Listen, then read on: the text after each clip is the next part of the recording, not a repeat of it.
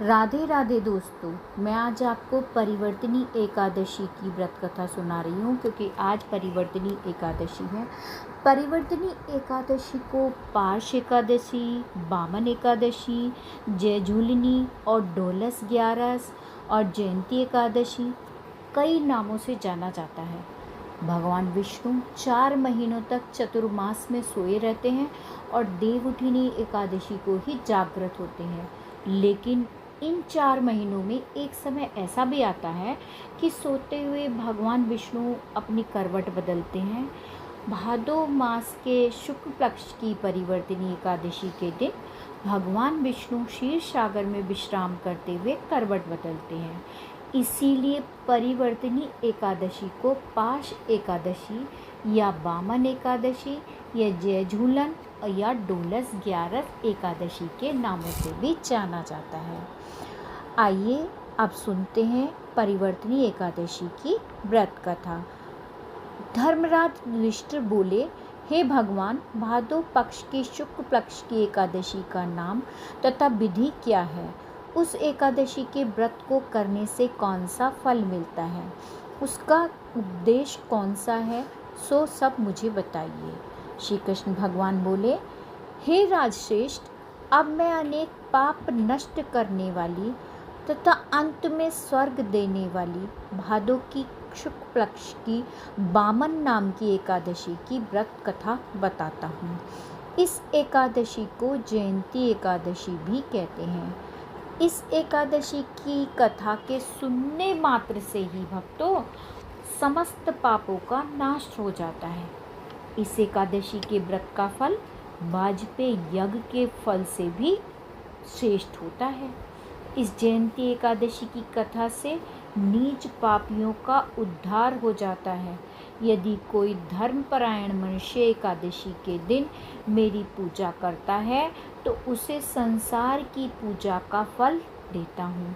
जो मनुष्य मेरी पूजा करते हैं उसे मेरे लोक की प्राप्ति होती है, इसमें जरा भी संदेह नहीं।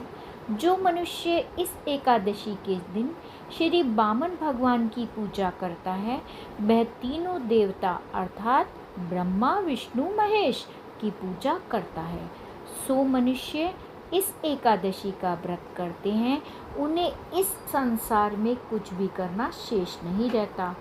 एकादशी के दिन श्री भगवान करवट बदलते हैं, इसीलिए इसे परिवर्तनी एकादशी भी कहते हैं। इसी पर श्री युधिष्ठिर बोले, हे भगवान, आपके वचनों को सुनकर मुझे कुछ महान संदेह हो रहा है। आप किस प्रकार सोते हुए तथा करवट बदलते हैं? आपने बलि को क्यों बांधा और वामन रूप धारण करके क्या लीलाएं की? चातुर्मास से व्रत की विधि क्या है और आपने शयन करने पर मनुष्य का क्या कर्तव्य है? सो मुझे कुछ बताइए। श्री कृष्ण भगवान बोले, हे राजन, अब आप पापों को नष्ट करने वाली कथा का श्रवण कीजिए। त्रेता युग में एक बलि नाम का दानव था। वह अत्यंत भक्त, दानी, सत्यवादी तथा ब्राह्मणों की सेवा करता था। वह अपनी भक्ति के प्रभाव से स्वर्ग में इंद्र के स्थान पर राज्य करने लगा। इंद्र और सारे देवता इस बात को सहन न कर सके और भगवान के पास प्रार्थना करने लगे। अंत में भगवान ने वामन रूप धारण किया। मैंने अत्यंत तेजस्वी ब्राह्मण बालक के रूप में राजा बलि को जीता। इस पर युधिष्ठिर बोले, हे जनार्दन, आपने वामन रूप धारण करके बलि को किस प्रकार जीता? सो मुझे बताइए। श्री कृष्ण भगवान बोले, हे राजन, मैंने वामन का रूप धारण करके राजा बलि से याचना की, हे राजन, तुम 3 पैर भूमि दे दो, इससे तुम्हारे लिए तीनों लोक दान का फल प्राप्त होगा। राजा बलि ने इस छोटी सी याचना को स्वीकार कर लिया और भूमि देने को तैयार हो गया।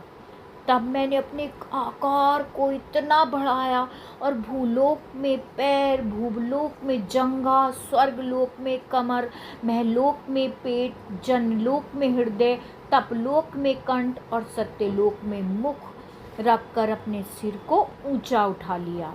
उस समय सूर्य, चंद्र, नक्षत्र, इंद्र तथा अन्य देवता आदि शास्त्रोनुसार मेरी स्तुति करने लगे। उस समय राजा बलि को पकड़ा और पूछा, हे राजन, अब मैं तीसरा पैर कहाँ रखूं? इतना सुनकर राजा बलि ने अपना सिर नीचा कर लिया और उस पर मैंने अपना तीसरा पैर रख दिया और वह भक्त दानव पाताल को चला गया। जब मैंने उसे अत्यंत विनीत पाया तो मैंने उससे कहा कि हे बलि, मैं सदैव तुम्हारे पास ही रहूँगा। भादों के शुक्ल पक्ष की एकादशी को परिवर्तिनी नामक एकादशी के दिन मेरी एक प्रतिमा राजा बलि के पास रहती है और एक क्षीरसागर में शेषनाग पर शयन करती रहती है। इस एकादशी को विष्णु भगवान सोते हुए करवट बदलते हैं। इस दिन त्रिलोकी के नाथ श्री भगवान विष्णु की पूजा की जाती है। इसमें चावल और दही सहित रूपा का दान दिया जाता है। इस दिन रात्रि को जागरण करना चाहिए। इस प्रकार व्रत करने से मनुष्य समस्त पापों से मुक्त होकर स्वर्गलोक को जाता है। जो इन पापों को नष्ट करने वाली कथा को सुनते हैं, दोस्तों, ये सबसे इम्पॉर्टेंट बात है कि आप व्रत ना कर पाएँ, केवल मेरी कथा ही सुनने, राजा बलि की एकादशी की इस कथा को सुनने मात्र से उन्हें अश्वमेध यज्ञ का फल प्राप्त होता है। इसीलिए दोस्तों, आप एकादशी व्रत करो या ना करो, मेरी इस कथा को जरूर ध्यान से भक्ति भाव से सुनिए और पुण्य प्राप्त करिए और इसी तरह से राधे राधे लिखते रहिए और मेरे चैनल को सब्सक्राइब करिए। राधे राधे।